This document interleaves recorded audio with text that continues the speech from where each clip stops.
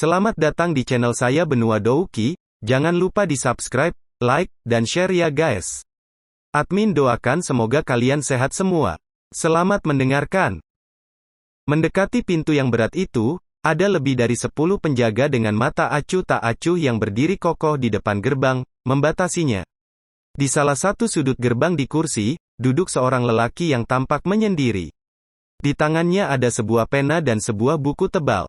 Pada saat ini banyak klan berbaris di depan pria tua itu, masing-masing dari mereka telah membawa metode ki apapun kepadanya sehingga mereka dapat menandatangani itu untuk dibawa keluar. Setelah melakukannya, mereka dengan hati-hati meninggalkan paviliun di bawah tatapan dingin dari 10 penjaga atau lebih. Ini adalah prosedur untuk meninggalkan paviliun metode ki. Sebelum memasuki paviliun metode ki, Xiao Yan dan semua orang diberitahu tentang prosedur ini. Oleh karena itu bukanlah sesuatu yang tidak terduga. Paviliun metode ki adalah tempat di mana semua metode ki klan disimpan, metode yang diperoleh dengan susah payah oleh klan selama lebih dari puluhan generasi. Metode ki ini adalah dasar dari Xiao Clan, sehingga klan memiliki langkah-langkah yang sangat protektif pada metode. Klan memiliki gulungan metode ki mereka yang terbuat dari jenis bambu khusus. Bambu bisa diartikan sebagai ibu anak. Bagian ibu adalah seukuran telapak tangan, sedangkan bagian anak laki-laki akan dapat tumbuh hingga belasan meter. Karena teknik gulungan dibuat dari bahan khusus ini, selama ketua klan memegang bagian ibu, tidak mungkin ada orang yang bisa menyelinap pergi dengan gulungan. Saat seseorang meninggalkan daerah itu dengan gulungan anak, gulungan ibu itu akan memberitahu semua orang. Wilayah pengaruh orang tua kebetulan menutupi seluruh klan Xiao. Karena itu, begitu sebuah gulungan teknik meninggalkan Xiao Clan, itu akan langsung terdeteksi. Tentu saja, tidak ada yang mutlak di dunia ini. Seseorang dengan doki yang cukup kuat dapat dengan paksa menghancurkan koneksi antar gulungan. Namun, dengan kekuatan di tingkat itu, mengapa orang repot-repot mencuri metode ki tingkat Huang? Akhirnya giliran Xiao Yan setelah mengantri selama beberapa waktu. Berjalan ke depan, dia menarik metode ki dari sakunya dan memberikannya kepada orang tua itu. Menerima gulungan merah gelap dari Xiao Yan membuat lelaki tua itu sedikit terkejut. Matanya dengan cepat menilai bocah itu ketika dia berpikir sendiri setelah merekam bahwa Xiao Yan memiliki gulungan itu, lelaki tua itu mengembalikannya kepadanya dan dengan acuh tak acuh memperingatkan, "Aku pikir kamu tahu aturannya, kan? Gulir itu tidak dapat meninggalkan klan, jika tidak akan ada konsekuensi yang parah. Anda harus mengembalikan gulungan setelah 1 tahun. Jangan sampai ada kerusakan padanya." Dengan santai menganggukkan kepalanya, Xiao Yan pindah ke samping. Dia bersandar di pintu depan dan menunggu gulir Sun Er direkam. Memberi senyum ringan pada Xiao Yan, Sun Er mengulurkan pergelangan tangannya yang putih salju dan mengeluarkan gulungannya. Melihat Sun Er berdiri di depannya, wajah tanpa emosi dari lelaki tua itu tiba-tiba mengeluarkan sedikit tanda senyum penuh hormat. Menggunakan kedua tangan untuk menerima gulungan itu, ia kemudian dengan cepat mencatat peminjam gulungan itu. Berdiri ke samping, Xiao Yan menyipitkan matanya pada lelaki tua itu setelah melihat perubahan sikapnya. Jari Xiao Yan sedikit melengkung secara naluriah. Karena orang tua ini bertanggung jawab atas paviliun metode ki, posisinya di klan sebanding dengan salah satu dari 3 tetua. Xiao Yan telah mendengar bahwa julukan orang tua ini di klan, Xiao Han berhati dingin. Orang tua ini, bahkan jika itu kepada ayahnya sendiri, masih akan berbicara dengan cara yang asing. Wajah tua tanpa emosi, seperti otot-otot orang yang baru mati, dengan beberapa sendi dan otot tubuh yang kaku. Pria tua berwajah dingin ini, yang bahkan tidak menghormati anggota klan yang lebih tua, bertindak sangat hormat terhadap Sun Er. Ini sekali lagi menyulut minat Xiao Yan pada identitas Sun Er. Menggosok hidungnya, dia memikirkan bagaimana setiap kali Sun Er diam tentang identitasnya. Mengangkat kepalanya, dia melihat Sun Er datang dengan senyum di wajahnya. Dengan mengangkat bahu, dia pergi bersamanya melalui pintu depan. Meledak keluar dari pintu masuk yang ramai, Xiao Yan menghirup udara segar. Suasana di dalam paviliun metode ki terlalu menekan untuk bernapas secara normal. "Ada apa, Yan Er?" Tawa rendah menyambut Xiao Yan saat sosok itu terlihat. Melihat melalui pintu paviliun metode ki, sosok itu bertanya sambil tersenyum. Memiringkan kepalanya untuk tersenyum pada ayahnya, Xiao Yan mengangguk kembali dengan senyumnya sendiri. Sebuah gulungan merah keluar dari balik lengan bajunya, aku mengerti. Melihat gulungan merah itu, Xiao Zhan menghirup udara dengan tajam, untung kau bisa mendapatkannya. Dia berkata dengan suara rendah.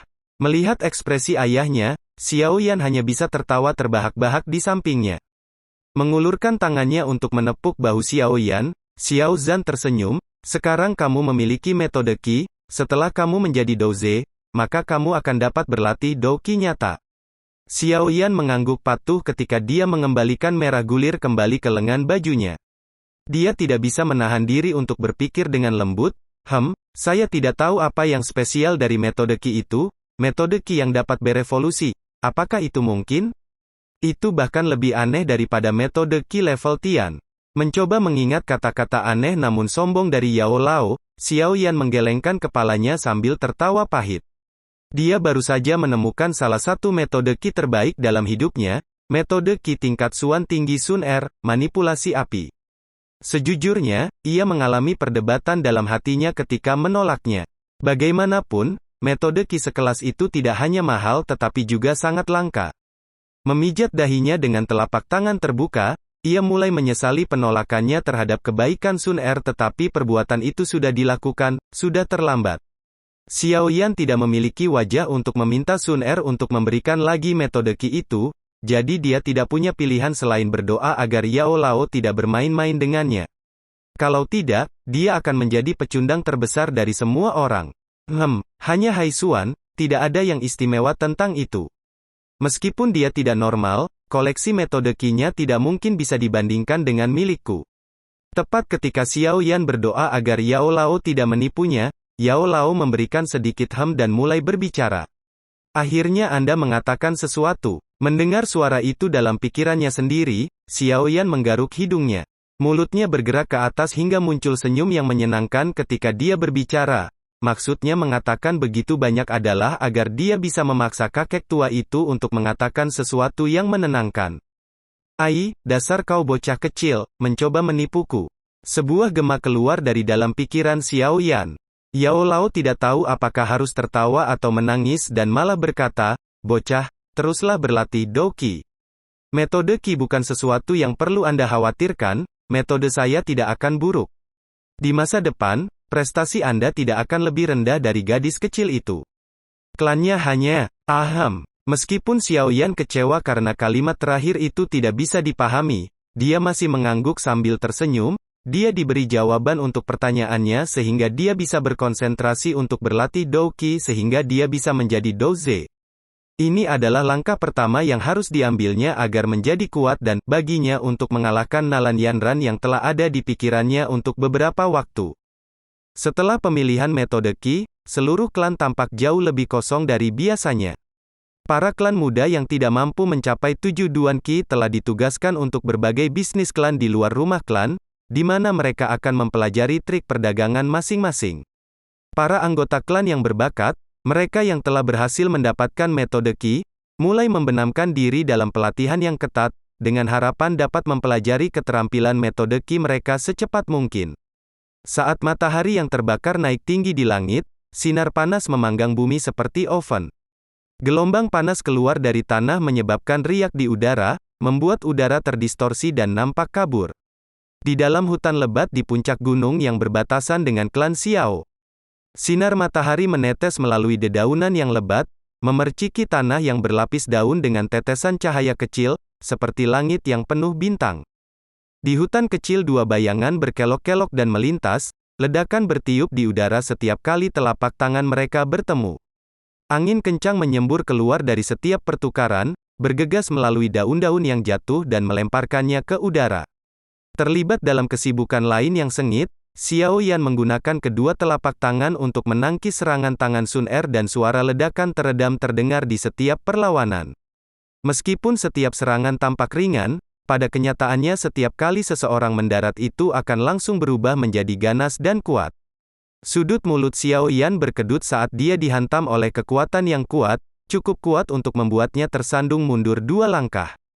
Sun Er, di sisi lain, mulai memar di telapak tangannya yang halus karena setiap kali dia dipukul. Melihat Xiao Yan tersandung ke belakang, Senyum tipis terbentuk di bibir Sun Er saat tangannya perlahan menari-nari di udara, jari-jarinya terbungkus cahaya sutra keemasan. Begitu kuat. Menenangkan diri, Xiao Yan yang sedikit terkejut dalam hati menggelengkan kepalanya dan mengarahkan matanya ke Sun Er, dia memiliki sedikit senyum di wajahnya.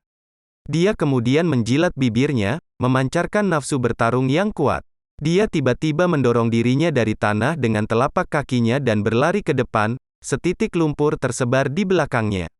Dengan melirik Xiao Yan yang masuk, sudut mulut mungil Sun Er terangkat ketika cahaya keemasan di tangannya meningkat. Sebuah kawah kecil ditinggalkan setelah Xiao Yan mulai bergegas maju. Dia tiba-tiba berhenti 1 meter dari Sun Er. Begitu sempurna perhentiannya, seolah-olah Xiao Yan tidak pernah bergerak sama sekali. Melihat kedalaman kendali yang dimiliki Xiao Yan atas gerakannya, mata air musim gugur Sun Er tidak bisa membantu tetapi mengkhianati rasa kagumnya. Oktane Blast. Ketika sosoknya yang berlari tiba-tiba berhenti, kaki kanannya mendorong tanah yang menyebabkan tubuhnya berputar, meningkatkan kekuatan serangannya. Dipenuhi dengan kekuatan, kaki kirinya melengkung ke udara, memunculkan teriakan angin yang menusuk telinga. Dengan ganas, dia mengarahkan pukulannya ke Sun Er. Melihat serangan ganas Xiao Yan, Sun Er sedikit menganggukkan dagunya yang indah sebagai tanggapan. Tangan mungilnya membentuk perisai setengah lingkaran aneh cahaya yang menghantam kaki kiri Xiao Yan tanpa ragu-ragu. Bang! Sebuah ledakan teredam terdengar dari bentrokan yang menyebabkan dedaunan di tanah menyala tersapu ke langit, sebelum berserakan. Tinju bertemu dengan tumbukan sesaat dan sepersekian detik kemudian, kedua sosok itu didorong mundur. Kekuatannya dari pukulan itu cukup untuk mendorong tubuh Xiao Yan 4 hingga 5 meter ke udara. Ketika tubuhnya jatuh ke bawah, dia menekuk tangan kanannya untuk menghadap pohon terdekat dan memancarkan kekuatan isap untuk meniadakan kekuatan jatuh. Melompat dari ranting pohon, dia mendarat dengan mantap ke tanah. Mengangkat kepalanya untuk melihat Sun Er yang juga didorong mundur beberapa langkah, Xiao Yan memukul bibirnya dan tertawa, bertanya, teknik Do apa yang tadi kamu gunakan? Teknik Do Xuan tingkat tinggi, Swallow's Return. Ketika dikuasai, ia mampu mengembalikan kekuatan serangan lawan. Saya hanya di level pemula, jadi saya hanya bisa mengembalikan sekitar 10% dari kekuatan. Sun Er tersenyum sambil menjawab. Setelah mengerti, muncul pemikiran dari dalam diri Xiao Yan, meminjam kekuatan untuk melawan lain. Teknik Do yang digunakan kakak Xiao Yan ini juga tidak buruk. Jika Sun Er bukan bintang 1 doze dengan kekuatan melebihi kekuatanmu, aku tidak akan bisa menahan kekuatan yang kuat dari serangan itu. Sun Er tersenyum, matanya membentuk 2 bulan sabit. Xiao Yan mengangkat bahu tanpa berkomentar, dengan malas memutar lehernya. Pertarungan tingkat tinggi menyebabkan kelelahan otot dan kelelahan mental menumpuk. Menggosok keringat yang mengalir seperti air dari wajahnya, Xiao Yan diam-diam mengutuk cuaca panas dan lembab sebelum ia melepas bajunya. Di bawah kaos itu, fisiknya yang muda, agak kecoklatan dan bugar terungkap. Meskipun itu tidak dianggap berotot, tubuh kecilnya menyembunyikan kekuatan ledakan. Menikmati Xiao Yan yang setengah telanjang, wajah cantik Sun Er memerah. Xiao Yan meraih pakaiannya dan bersandar lelah di atas batu kapur. Menghadapi Sun Er, dia tertawa pahit. Sudah 2 bulan. Tapi aku masih terjebak di 8 Duan Qi. Melihat Xiao Yan yang agak tak berdaya, Sun Er mengerutkan bibirnya dan terkikik. Dengan anggun duduk, dia bergabung dengan Xiao Yan dan bersandar di batu kapur. Dia mengambil pakaian yang penuh keringat dari Xiao Yan sebelum mengeringkan keringat dengan lembut dari tubuhnya. Menghiburnya, dia berkata, Duan Qi ke-8 hingga ke-9 adalah awal dari tahap kemacetan Dou Qi. Xiao Yan GG seharusnya tidak sabar. Ketika waktunya tepat, semua yang seharusnya terjadi adalah. Pada titik ini, Sun Er tiba-tiba merasakan tatapan panas dan mendongak, dia mendapati Xiao Yan sedang menatapnya. Wajahnya memerah, dia cemberut sambil bercanda, Xiao Yan GG, nada lembut dan menyenangkan gadis muda itu seperti angin menyegarkan di hutan yang lembab. Karena cuaca panas, Sun Er mengenakan celana pendek berwarna hijau muda yang memperlihatkan sepetak kulit putih yang indah di bawah tengkuknya yang panjang dan memikat. Selain itu, lekuk tubuh berkembang dari gadis muda itu diungkapkan oleh kontur ketat pakaiannya, menyebabkan rasa keindahan di tubuh muda. Dihadapkan dengan pemandangan yang begitu indah, Tidak heran jika Xiao Yan merasa sedikit linglung. Terbangun dari kebodohannya oleh Sun Er, wajah Xiao Yan sedikit memerah. Menghasilkan tawa malu, dia berbaring di batu kapur yang dingin, perlahan-lahan menutup matanya, memungkinkan sepasang tangan mungil Sun Er menggosok tubuhnya dengan lembut. Ujung bibir merahnya yang sedikit miring ke atas saat Sun Er membantu membersihkan tubuh Xiao Yan. Tanpa berbalik, dia diam-diam menyapu sekilas ke sekujur tubuhnya, hanya untuk terkejut menemukan bahwa tanpa sadar, dia tertidur. Menggelengkan kepalanya tanpa daya, Sun Er juga mengerti bahwa pertarungan tingkat tinggi hari ini telah menyebabkannya kelelahan. Mengernyitkan hidungnya, dia meletakkan pakaian itu ketika cahaya keemasan lembut mulai berkumpul di ujung jarinya. Dengan sembunyi-sembunyi melirik Xiao Yan yang tidak responsif, Sun Er meletakkan jari di kulit Xiao Yan. Cahaya emas mengikuti jalan di sepanjang jari dan meresap ke dalam tubuh Xiao Yan. Saat cahaya keemasan ditransfer, butiran-butiran keringat mulai mengalir di dahi Sun Er dan dia terlihat sedikit menggertakkan giginya. Saat dia bersiap untuk melanjutkan transfer, sebuah ekspresi terkejut melintas di wajahnya. Ketika dia sedang tidur nyenyak di samping batu kapur, kekuatan mengisap yang tak terduga tiba-tiba berasal dari dalam tubuh Xiao Yan. Garis-garis doqi berkumpul dari sekitarnya dan mulai dengan cepat mengalir ke tubuhnya. Oh, apakah itu terobosan? Terkesiap kaget dan rasa kagum bisa terdengar ketika mulut kecil Sun Er membentuk-bentuk O dan dia diam-diam memperhatikan Xiao Yan ketika dia tanpa sadar menyerap doqi. Di hutan kecil yang rimbun, benang putih doqi mengalir di udara, terus diserap oleh tubuh Xiao Yan saat dia tertidur. Melihat Xiao Yan, yang praktis menjadi penyerap energi, Sun Er merasa terkejut namun senang. Dengan diam-diam membuat jarak di antara pria muda itu, dia berdiri di tempat yang sunyi dan menjaga daerah itu. Jika Xiao Yan dibangunkan dari mediasi pelatihannya, ia akan kehilangan kesempatan untuk naik ke level berikutnya. Keberhasilan kemajuan Xiao Yan bisa dikatakan hampir pasti. Saat doqi diserap, jejak kelelahan samar di wajah Xiao Yan secara bertahap memudar. Seperti sepotong batu giok yang hangat, wajahnya yang halus dan cantik bersinar dengan cahaya pucat.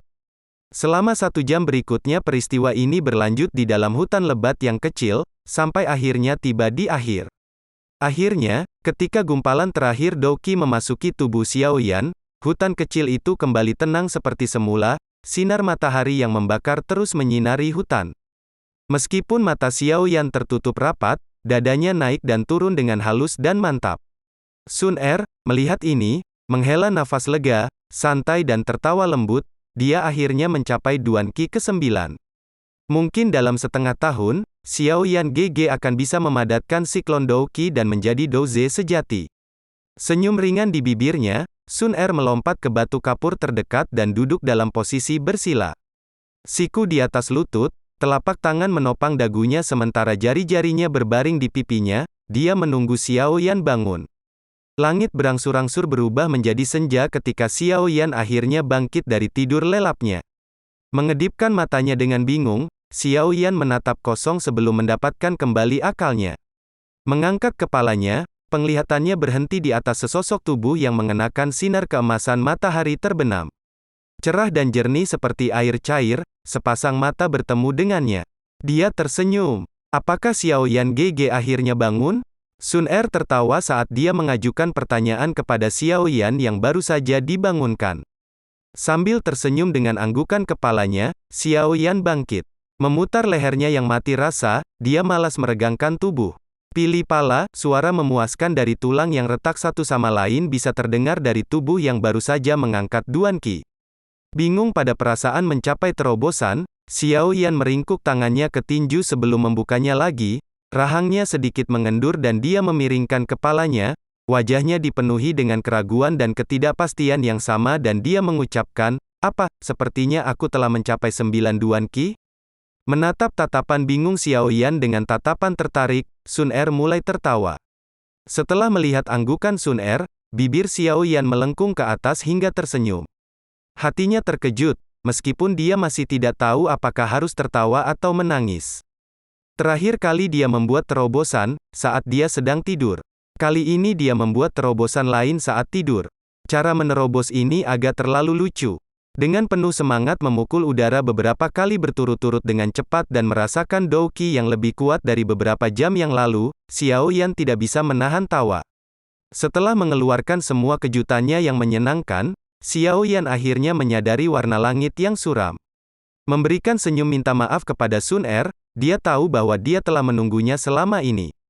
Sambil mengenakan pakaiannya kembali, dia mulai bercanda dengan Sun Er, "Tidak pergi? Hari ini adalah hari yang baik, jadi mengapa kamu tidak membiarkan G mentraktirmu dengan makanan enak di Wutan City?" G sama dengan saudara dan GG sama dengan saudara laki-laki Kiki, "Aku ingin makanan paling mahal kalau begitu." Dia menjawab dengan tawa ringannya sendiri. Berjingkat-jingkat di atas batu kapur untuk beberapa saat, dia dengan hati-hati turun di samping Xiao Yan, memancarkan tawa kecil yang tersebar di hutan hijau yang penuh warna. Untuk berterima kasih kepada Sun Er karena telah menunggunya sepanjang sore, Xiao Yan berhati-hati untuk membawa Sun Er berjalan-jalan di sekitar kota Wutan sebelum berpisah dengannya di klan. Menyeret kakinya yang masih bersemangat kembali ke kamarnya, Xiao Yan jatuh dengan berat ke tempat tidur dan memeluk selimutnya. Dengan gumaman lembut pada dirinya sendiri, dia berkata, "Akhirnya, aku akhirnya akan menjadi doze sekali lagi. Hei, terobosan ini yang baru saja kau lakukan, itu karena itu gadis kecil itu."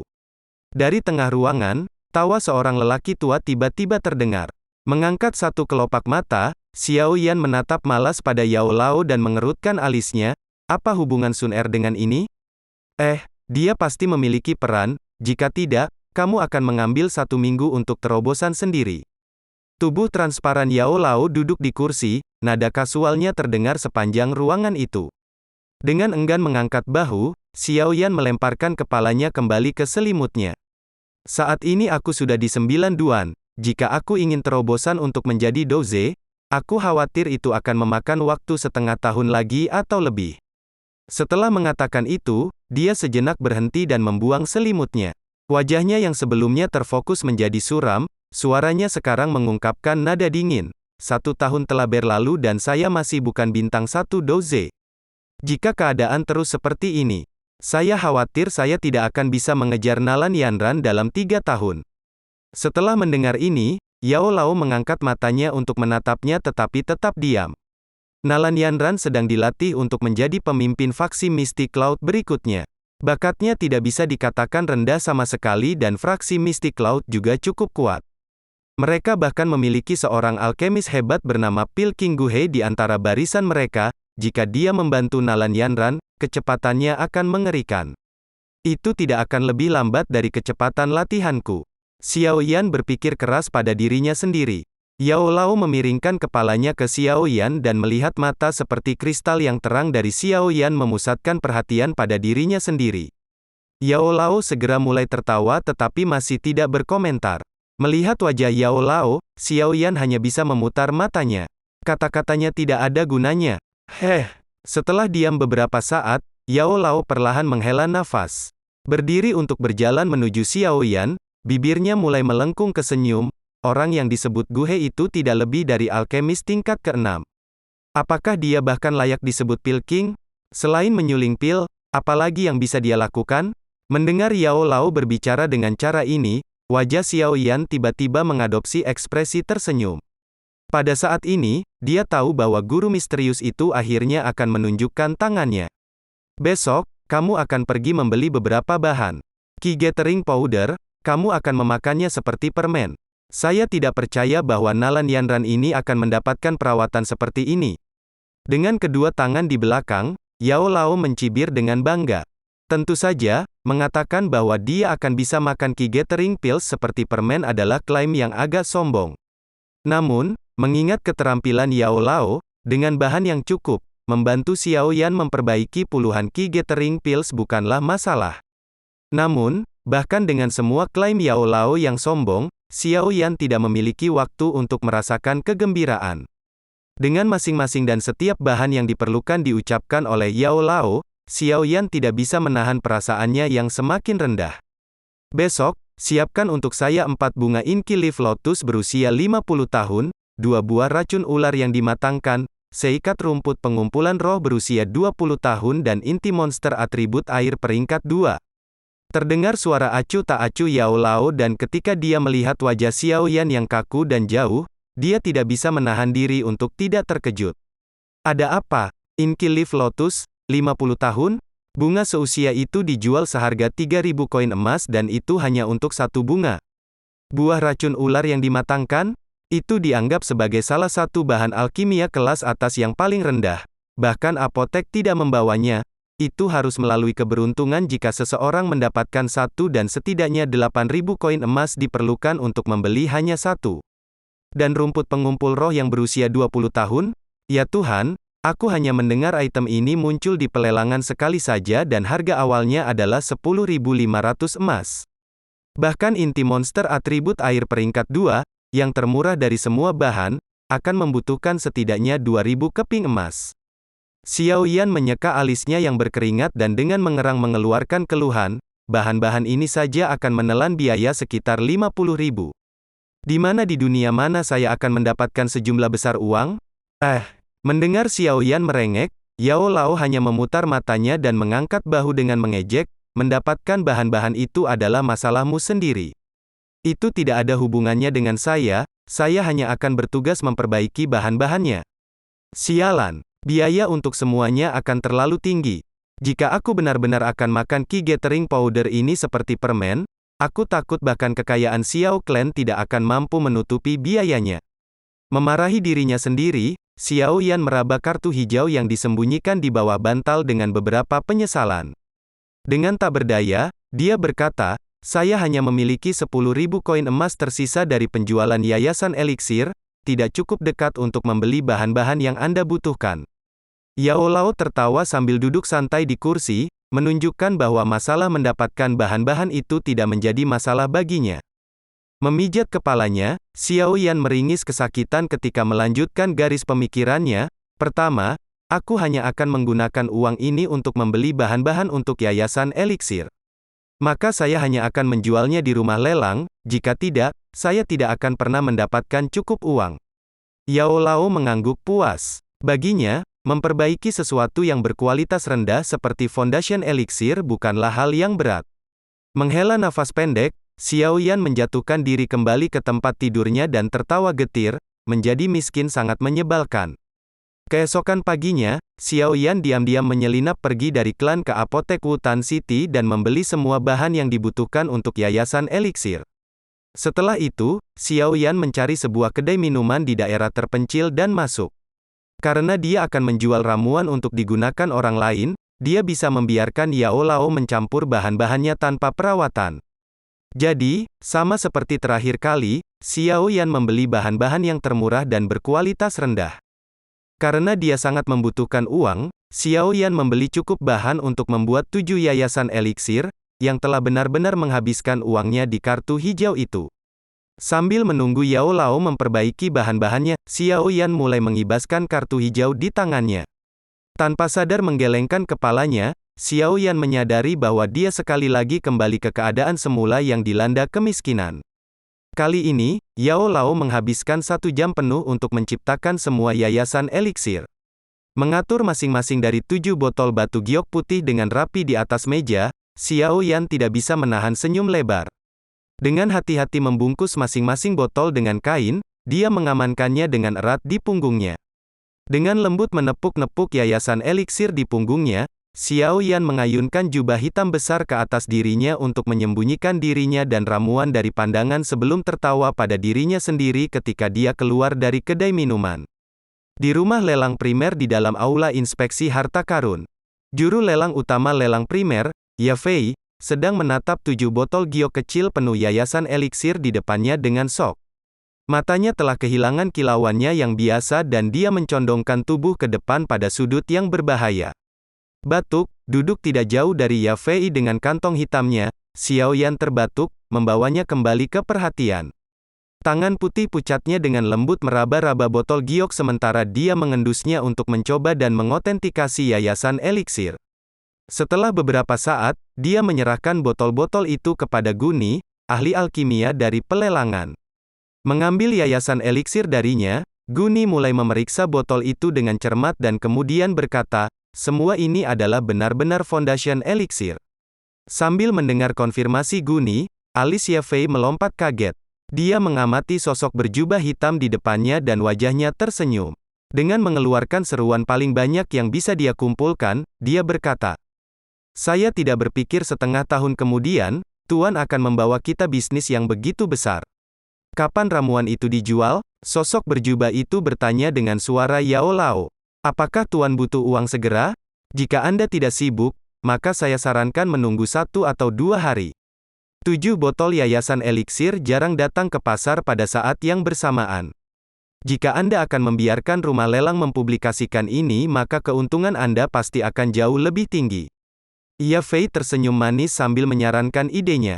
Mendengar ini, sosok berjubah itu terdiam sesaat dan sesaat kemudian, erangan ringan dikonfirmasi terdengar. Mendengar jawabannya, wajah tersenyum Ye Fei menyelinap sebentar. Tangan putihnya meraih cangkir tehnya dan dia membawanya ke bibirnya. Dia sekarang bisa memastikan bahwa sosok berjubah hitam ini adalah alkemis tingkat 2, jika bukan seorang alkemis tingkat 3. Menghisap secangkir teh, sosok berjubah itu berbicara sekali lagi dengan suara yang lebih tua, "Mungkin rumah lelang Anda dapat membantu saya mendapatkan beberapa bahan alkimia juga?" Mata Ye Fei yang cerah bersinar saat dia duduk di atas kursi. Sambil tersenyum lebih cerah, dia berkata, "Bahan apa yang diinginkan Tuan?" 4 daun teratai tinta berumur 50 tahun, 2 buah racun ular yang dimurnikan, seikat rumput pengumpul roh berumur 20 tahun dan 1 inti monster atribut air ranking 2. Di sisi Ye Fei, wajah Guni berubah secara drastis setelah mendengar bahan-bahan yang tercantum.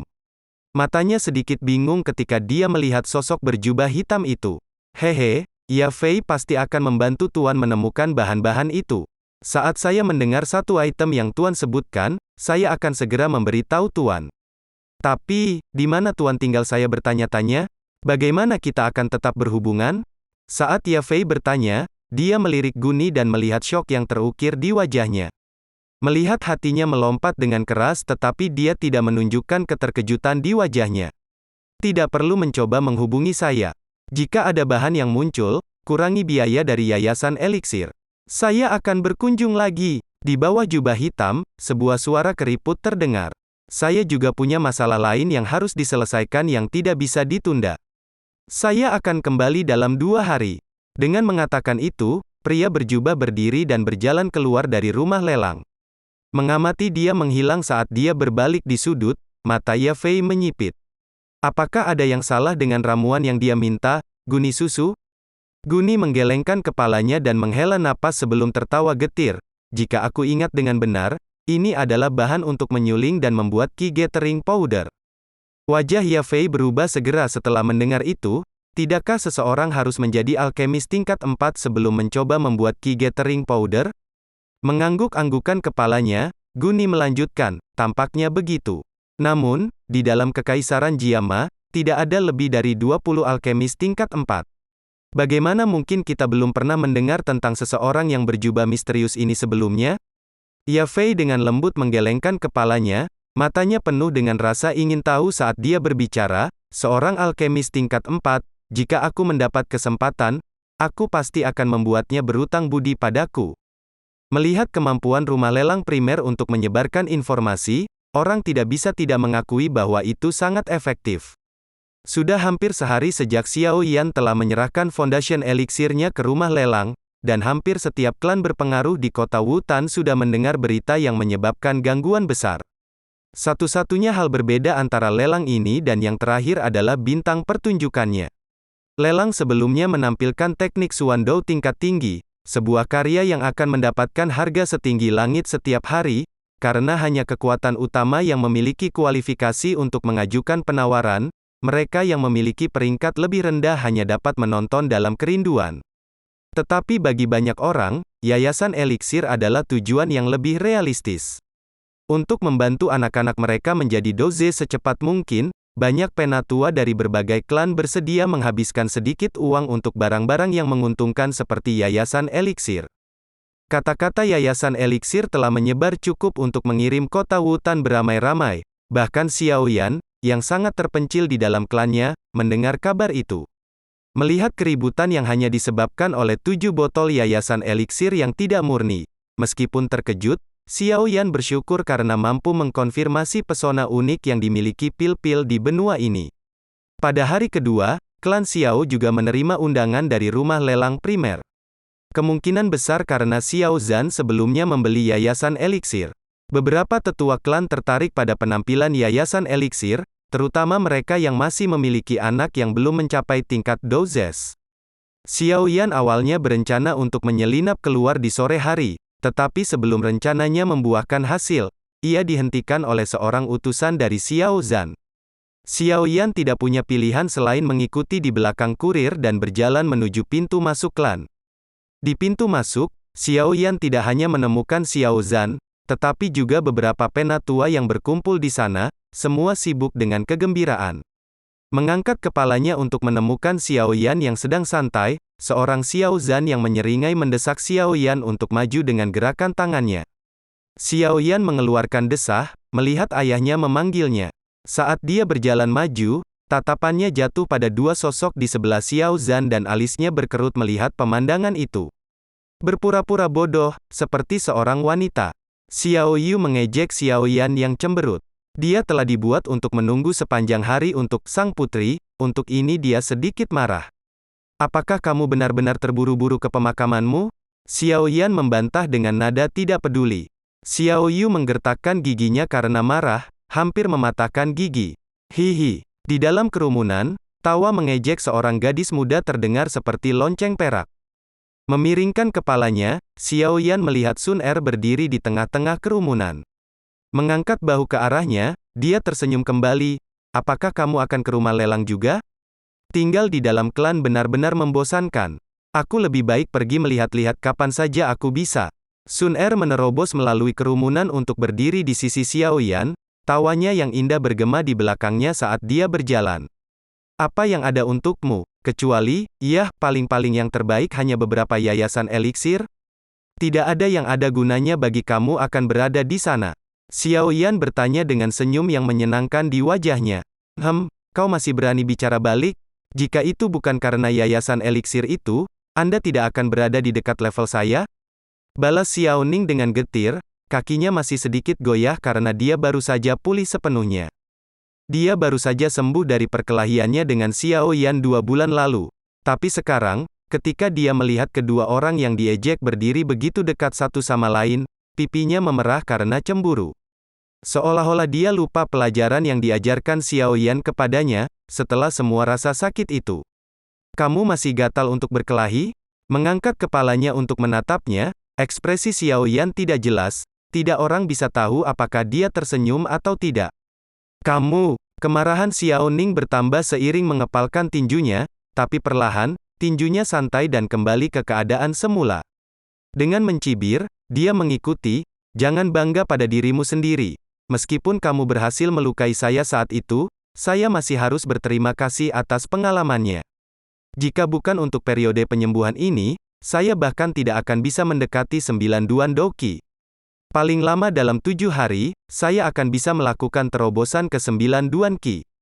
Setelah itu, kita akan melihat siapa yang ingin bertarung lagi dan siapa yang akan menjadi pemenang. Mendengar Xiao Ning, beberapa klan yang lebih tua di sekitarnya tidak bisa membantu tetapi terlihat kaget dengan klaimnya. Bahkan penatua pertama yang berada di dekatnya tidak bisa menyembunyikan ekspresi bangga dari wajahnya. Sungguh, cucunya ini tidak pernah berhenti membuatnya takjub. Alis Xiao Zhan berkerut kesal saat dia memandangi sesepuh pertama. Ketika dia akan melambaikan tangannya untuk memberi tanda agar semua orang bersiap untuk pergi, dia berhenti ketika dia melihat ekspresi Xiao Yan yang tersenyum pada Xiao Ning dan sejenak tertegun dengan kata-kata yang akan dia katakan meninggal di mulutnya. Menghadapi Xiao Ning, yang wajahnya masih menyeringai sombong, Xiao Yan menguap setelah hening beberapa saat. Lalu dia mengangkat kepalanya dan berbicara dengan nada netral. Yah, ini sangat memalukan. Hanya beberapa hari yang lalu, saya tidak sengaja memasuki 9 Duan Qi. Saya khawatir sepertinya Anda masih selangkah di belakang. Tepat setelah mendengar Xiao Yan, semua klan sekitarnya diam. Terlihat kaget dan heran melihat wajah semua orang ketika mereka menyaksikan wajah Xiao Yan yang tenang. Xiao Yan mengatakan dia menerobos secara tidak sengaja, tidak tahu apakah mereka harus tertawa atau menangis, Semua orang memiliki pemikiran yang sama. Anak ini sengaja memukul Xiao Ning di tempat yang paling menyakitkan, Xiao Ning yang malang. Seringai sombong Xiao Ning menjadi kaku ketika dia mendengar Xiao Yan. Mulutnya mulai bergerak perlahan, dan tenggorokannya bergetar. Dengan tatapan teguh pada Xiao Yan yang berlangsung selama beberapa waktu, Xiao Ning akhirnya mundur dengan ekspresi sedih. Dia berpikir bahwa dia bisa mendapatkan wajah dengan terobosan yang diharapkan, tetapi siapa yang akan berpikir bahwa dia bertemu dengan pernyataan yang bahkan lebih mengejutkan. Tangan seperti giok mendukung Xiao Ning yang agak tertindas saat Xiao Yu memelototi Xiao Yan dengan marah, seolah-olah mencoba membakar lubang padanya.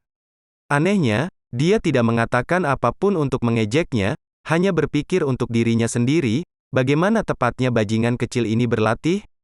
Itu hanya 2 bulan, bagaimana dia bisa mencapai Duan ke-9? Meskipun ada darah yang buruk di antara mereka, Xiao Yu masih terpesona dengan kemajuan cepat Xiao Yan. Haha, tawa kecil bergemuruh dari Xiao Zhan, kekesalannya yang sebelumnya memudar ketika dia melihat wajah-wajah terkejut dari klannya. Melirik sekilas pada penatua pertama, dia tersenyum dan berkata, "Ayo berangkat, pelelangan akan segera dimulai. Jika ada lagi penundaan, kita akan kehilangan kesempatan." Melihat para tetua berjalan keluar dari pintu utama, Xiao Zhan tidak bisa membantu tetapi berbalik dan dengan senang hati mengacak-acak rambut putranya. Dia memuji Xiao Yan dengan nada bahagia, "Tidak buruk, kamu telah membuat ayahmu bangga lagi." Orang tua itu, penatua pertama, terus-menerus berbicara tentang berapa banyak talenta cucunya sampai aku hampir merasa seperti ingin bunuh diri karena kesal. Dia jelas ingin klan berinvestasi dalam sebotol yayasan eliksir untuk cucunya. Berbelit-belit seperti itu, sepatu roda tua yang sangat menjengkelkan. Dengan rambutnya yang berantakan, Xiao Yan memaksakan senyum. Dia dengan polos membentangkan tangannya sambil melangkah keluar dari pintu utama sambil dengan enggan menjawab. "Awalnya, aku tidak ingin mengungkapkannya tetapi dia hanya harus memaksakan tanganku." Di kejauhan dari pintu, mendengar kata-kata Xiao Yan, mulut Xiao Ning berkedut saat hatinya menjadi berat dengan kesuraman dan depresi. Sekian akhir cerita episode kali ini. Terima kasih.